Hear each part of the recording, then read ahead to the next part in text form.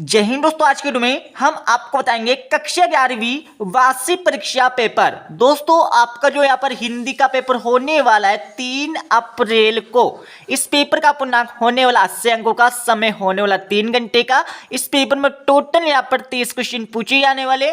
सबसे पहले यहाँ पर देख लीजिए, आपको कुछ निर्देश दिए, इन निर्देशों को आपको अच्छे से पढ़ लेना है। इनको पढ़ने के बाद आपको इस पेपर का कोड भी देखने को मिल जाएगा, ठीक है। और आपको इस पेपर का फुल सॉल्यूशन इसी वीडियो में मिलने वाला है। यहाँ पर हम चलते हैं इस पेपर के पहले क्वेश्चन पे। तो पहले क्वेश्चन में आपको क्या पूछा है यहाँ पर देख लीजिए। आपको इस वीडियो के माध्यम से पूरा पेपर यहाँ पर बताया जाएगा, ठीक है। यहाँ पर आपको पूरा पेपर यहाँ पर देखने को मिल जाएगा, इसलिए आप इस पेपर को पूरा अच्छे से याद कर लीजिएगा। तो यहाँ पर देख लीजिए, आपका इस पेपर का हमारा पहला क्वेश्चन पूछा है, सही विकल्प चुनकर लिखिए। या आपकी परीक्षा में 6 नंबर के सही विकल्प पूछे जाने वाले हैं। तो आपका पहला सही विकल्प अच्छे से देख लीजिएगा। संगार काल किस काल को कहा जाता है? तो इसको उत्तर लगा लीजिए। इसमें आपका रीति काल, इसमें आपका राइट उत्तर आएगा। अब आपका दूसरा यहाँ पर सही विकल्प देख लीजिए, अपू के साथ 2.5 साल पाठ गद्य की विधा है। तो कैसी विधा ये आपको बताना होगा, इसका उत्तर लगा लीजिए। इसमें आपका संस्मरण, इसमें आपका राइट उत्तर आ जाएगा। अब यहाँ पर तीसरा यहाँ पर सही विकल्प देख लीजिए, शब्दकोश की निर्देशिका को कहते हैं। तो किसको कहते हैं आपको बताना है, इसको उत्तर लगा लीजिए। इसमें आपका राइट उत्तर आ जाएगा स वाला दोनों। अब यहाँ पर आपका चौथा यहाँ पर सही विकल्प देख लीजिए, गीत गोविंद के रचयिता कौन है? तो इसको उत्तर लगा लीजिए। इसमें आपका अ वाला जयदेव, इसमें आपका राइट उत्तर आ जाएगा। अब यहाँ पर देख लीजिए, आपका पांचवा यहाँ पर सही विकल्प पूछा है, करुण रस का स्थायी भाव है। तो करुण रस का स्थायी भाव क्या होता है ये आपको पता होगा, इसको उत्तर लगा लीजिए। इसमें आपका अ वाला शोक, इसमें आपका राइट उत्तर आ जाएगा। अब यहाँ पर छठा आपका सही विकल्प देख लीजिए। यहाँ पर आपका छठा सही विकल्प पूछा है, अर्थ के आधार पर वाक्य के भेद होते हैं। तो अर्थ के आधार पर यहाँ पर वाक्य के कितने भेद होते हैं ये आपको बताना होगा, इसका उत्तर लगा लीजिए। इसमें आपका द वाला इसका राइट आंसर आ जाएगा 8 प्रकार। अब हम चलते हैं यहाँ पर अगले क्वेश्चन पर। तो अगला क्वेश्चन देख लीजिए। अगले क्वेश्चन में क्या पूछा है यहाँ पर, इस क्वेश्चन में आपको खालिस्तान की पूर्ति करके लिखना है। ये आपकी परीक्षा में 7 नंबर के खालिस्तान पूछे जाने वाले हैं। तो यहाँ पर देख लीजिए, पहला खालिस्तान पूछा है, वाणी का डिटेक्टर खालिस्तान को कहा जाता है। तो किसको कहा जाता है ये आपको इस क्वेश्चन में बताना होगा, इसका उत्तर लगा लीजिए। इसमें आपका कबीर, इसमें आपका राइट उत्तर आ जाएगा। अब आपका दूसरा यहाँ पर खालिस्तान देख लीजिए, हिंदी का पहला साप्ताहिक खालिस्तान पत्र है। तो कौन सा पत्र है आपको बताना होगा, इसका उत्तर लगा लीजिए। इसमें आपका उदन मार्तंड, इसमें आपका राइट उत्तर आ जाएगा। आपका तीसरा खालिस्तान देख लीजिए, संगीत के क्षेत्र में लय खालिस्तान प्रकार की होती है। तो कितने प्रकार की होती है आपको बताना होगा, इसका उत्तर लगा लीजिए। इसमें आपका 3, इसमें आपका राइट उत्तर आ जाएगा। अब यहाँ पर चौथा खालिस्तान देख लीजिए, छंद में अल्प विराम को खालिस्तान कहते हैं। तो इसका उत्तर लगा लीजिए। इसमें आपका यहाँ पर यति, इसमें आपका राइट उत्तर आ जाएगा। अब यहाँ पर देख लीजिए, आपका पांचवा यहाँ पर खालिस्तान पूछा है, छायावाद के प्रमुख स्तंभ खालिस्तान है। तो इसका उत्तर लगा लीजिए। इसमें आपका 5, इसमें आपका राइट उत्तर आ जाएगा। अब आपका छठा खालिस्तान देख लीजिए, रजनी के पति का नाम खालिस्तान था। तो इसको उत्तर लगा लीजिए। इसमें आपका रवि, इसमें आपका राइट उत्तर आ जाएगा।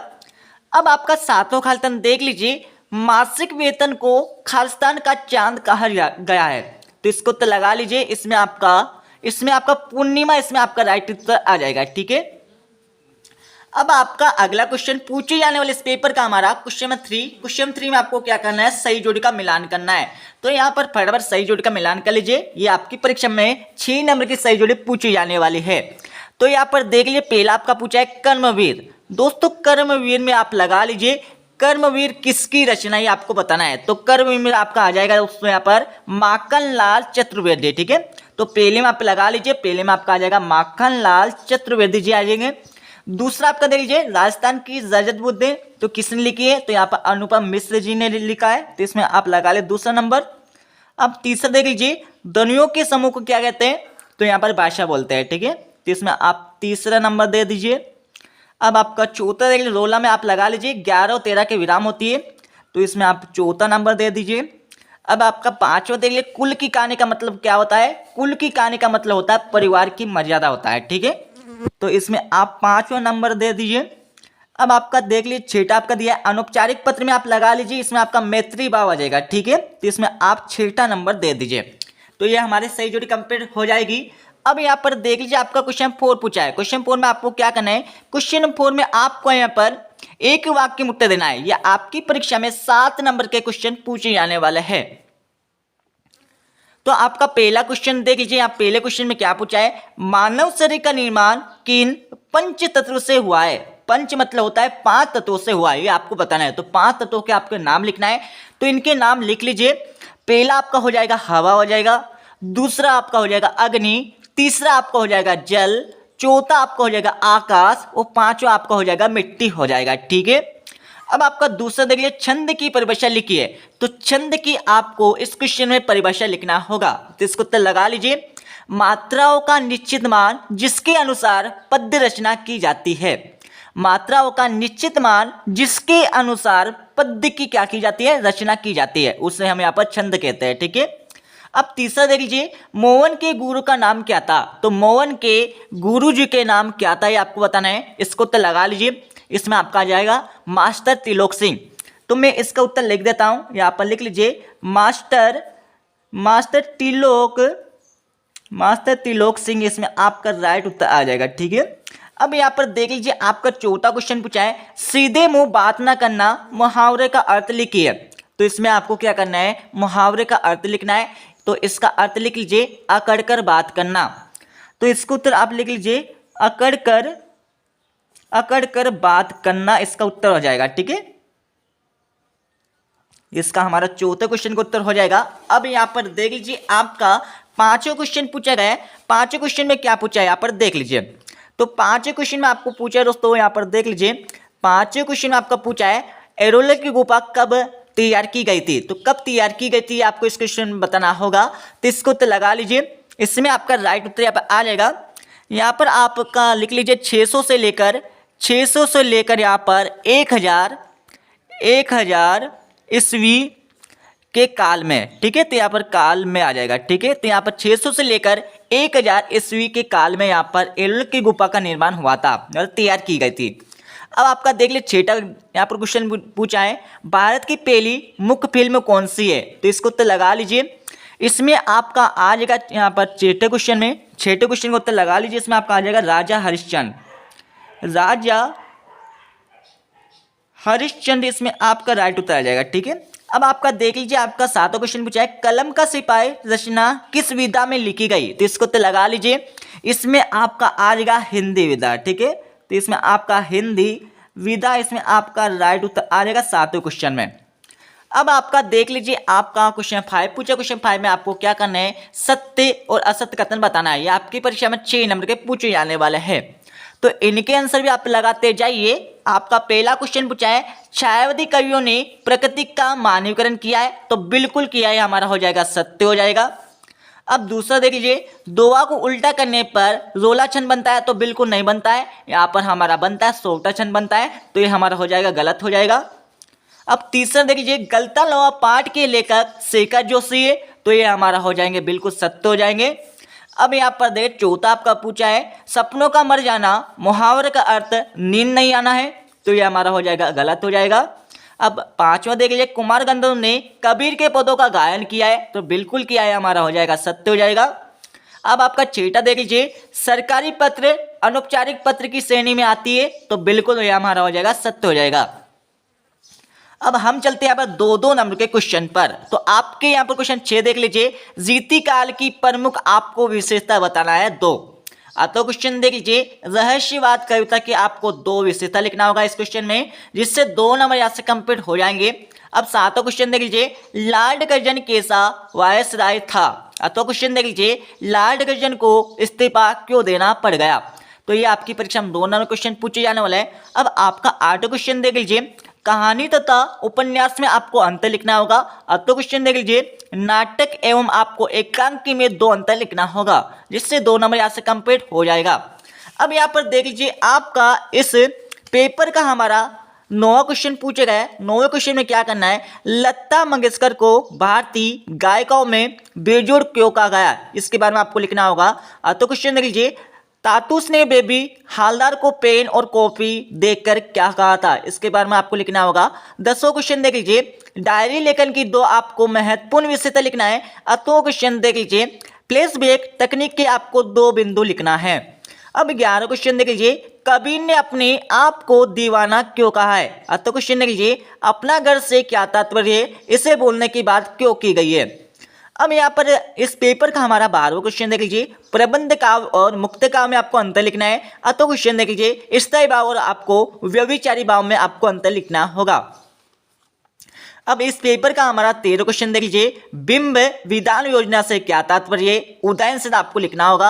8वां क्वेश्चन देख लीजिए, लक्षणा सब शक्ति किसे कहते हैं, उदाहरण आपको लिखना होगा। 14वां क्वेश्चन देख लीजिए, शब्द युग में किसे कहते हैं, यहाँ कितने प्रकार के होते हैं। 8वां क्वेश्चन दिया आपका, क्रिया विशेषण किसे कहते हैं, एक उदाहरण आपको लिखना होगा। अब हम चलते हैं इस पेपर के अगले क्वेश्चन पर। तो अगला क्वेश्चन देख लीजिएगा, 15 क्वेश्चन पूछा हमारा। 15 क्वेश्चन में आपको क्या करना है, 15 क्वेश्चन आपकी परीक्षा में 2 नंबर का आने वाला है। इस क्वेश्चन में आपको क्या करना है, शुद्ध करके लिखना होगा। तो पहला आपका दिया, एक बंदूक एक उपयोगी शस्त्र है। तो आपको कुछ नहीं करना है इस क्वेश्चन में, आपको शस्त्र की जगह पर आपको लिखना होगा अस्त्र लिखना होगा। बंदूक एक उपयोगी अस्त्र है। दूसरा आपका दिया है, रामचरितमानस सबसे श्रेष्ठतम ग्रंथ है। तो आपको सबसे यहाँ पर हटा देना है और पूरा का पूरा वाक्य आपको ऐसे कैसे लिख देना है। तीसरा आपका दिया है, हवा चल रही है। तो आपको हवा चलनी नहीं है, यहाँ पर बह रही है, ठीक है। तो आपको क्या करना है, हवा बह रही है, इस तरह से आपको लिखना होगा। तो क्वेश्चन देख लीजिए, तो क्वेश्चन में आपको क्या करना है, आपको निर्देश के अनुसार आपको वाक्य को परिवर्तन करके लिखना है इस क्वेश्चन में। अब यहाँ पर 16 क्वेश्चन देख लीजिए। 16 क्वेश्चन आपको क्या करना है, कबीर अथवा मीरा का काव्य परिचय निम्न बिंदुओं के आधार पर देना है। आपको परीक्षा में किसी एक पर यहाँ पर काव्य परिचय देना है। 2 रचना आपको लिखना होगा इस क्वेश्चन में, भाव पक्ष कला पक्ष आपको लिखना होगा, साहित्य में स्तरण आपको लिखना होगा। अब 17 क्वेश्चन देख लीजिए, मनु भंडारी अथवा शेखर जोशी का साहित्य परिचय निम्नलिखित बिंदुओं के आधार पर लिखना है। 2 रचना आपको लिखना है, भाषा शैली आपको लिखना है, साहित्य में स्थान आपको लिखना होगा। अब यहाँ पर 18 क्वेश्चन देख लीजिए, निम्नलिखित वाक्य का भाव पल्लवन कीजिए, साहित्य समाज का दर्पण है। 18 क्वेश्चन दिया आपका, चरित्र सबसे बड़ा धन है। आपको दोनों में से किसी एक का भाव पल्लवन करना होगा।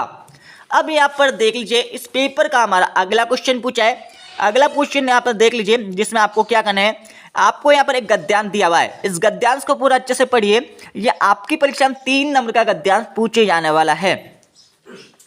इस गद्यांश को पढ़ने के बाद आपका पहला क्वेश्चन पूछा है, उपयुक्त गद्यांश का उपयुक्त शीर्षक लिखिए। तो इस गद्यांश का आपको उपयुक्त शीर्षक बताना है। तो इसका शीर्षक लिख लीजिए, इसमें आपका आ जाएगा समय का सदुपयोग। तो पहले क्वेश्चन को उत्तर लगा लीजिए, पहले क्वेश्चन में आपका आ जाएगा समय का सदुपयोग आ जाएगा, ठीक है। दूसरा क्वेश्चन आपका दिया है, कौन सी प्रवृत्ति सबसे घातक है। तो कौन सी प्रवृत्ति सबसे घातक है, तो इसका उत्तर आपको कहां से मिलेगा, तो इसका उत्तर आपको इसी गद्यांश से मिल जाएगा, ठीक है। अब आपका तीसरा क्वेश्चन देख लीजिए, निरंतर का विलोम आपको बताना है। तो निरंतर का आपको विलोम बताना है, इसका उल्टा क्या होता है। अब यहाँ पर देख लीजिए, इसका अगला क्वेश्चन दिया हमारा, निम्नलिखित पद्यांश को पढ़कर नीचे लिखे आपको प्रश्न को उत्तर देना है। तो यहाँ पर आपको गद्यांश दिया है, आपकी परीक्षा में सॉरी आप पद्यांश दिया है। इस पद्यांश को पूरा अच्छे से पढ़ लीजिए। इसको पढ़ने के बाद आपको 3 क्वेश्चन यहाँ पर पूछे गए, तीनों को उत्तर आपको ऐसे चार्ट कर लिखना है, ठीक है। अब यहाँ पर देख लीजिए, आपका 20वां क्वेश्चन पूछा है, निम्नलिखित पद्यांश का संदर्भ प्रसंग से आपको भावार्थ लिखना है, ठीक है। यहाँ पर देख लीजिए, आपको यहाँ पद्यांश दिया हुआ है, ठीक है। यहाँ पर देख लीजिए, आपको एक पद्यांश दिया है, ठीक है। इसकी आपको क्या करना है, संदर्भ लिखना होगा, संदर्भ के बाद आपको प्रसंग लिखना होगा, प्रसंग के बाद आपको वाक्य करना होगा। इसका अतल क्वेश्चन भी आपसे पूछा गया है। अब यहाँ पर देख लीजिए, आपका 21 क्वेश्चन पूछा है। 21 क्वेश्चन में आपको यहाँ पर गद्यांश दिया है, इस गद्यांश का आपको संदर्भ लिखना है, संदर्भ के बाद आपको प्रसंग लिखना है, प्रसंग के बाद आपको वाक्य करना है, ठीक है। तो आप दोनों में से किसी एक के यहाँ पर आंसर दे सकते हो परीक्षा में। अब यहाँ पर 22 क्वेश्चन देख लीजिए, 22 क्वेश्चन आपको क्या करना है, परीक्षा काल में ध्वनि विस्तारक यंत्रों के ऊपर बजाने हेतु जिलाधीश को आपको प्राथमिक लिखना है। अतो क्वेश्चन के लिए अपने मित्र को अपनी परीक्षा की तैयारी के विषय में आपको पत्र लिखना है। अब ये 23 क्वेश्चन देख लीजिए, 23 क्वेश्चन आपको क्या करना है, निम्नलिखित में से किसी एक विषय पर लगभग 120 शब्दों में आपको निबंध देना है। तो आप किसी एक विषय पर एक निबंध याद कर लीजिए। और मैं आपको बताना चाहता हूं, आपको क्वेश्चन 6 से लेकर 23 तक के आंसर की पीडीएफ फाइल मिल जाएगी टेलीग्राम चैनल पर। तो आपको टेलीग्राम चैनल की लिंक मिल जाएगी इस वीडियो के डिस्क्रिप्शन में, ठीक है। तो जल्दी से ज्वाइन हो जाइए, ठीक है। तो ये हमारा कक्षा 11वीं का 3 अप्रैल का पेपर कंप्लीट हो गया। इस पेपर को पूरा अच्छे से याद कर लीजिए, ठीक है, जिससे आप इस पेपर के माध्यम से यहाँ पर 80 में से 80 अंक लेकर आ जाएंगे। ठीक है, तो मिलते हैं अगले वीडियो में। जब जय हिंद, वंदे मातरम।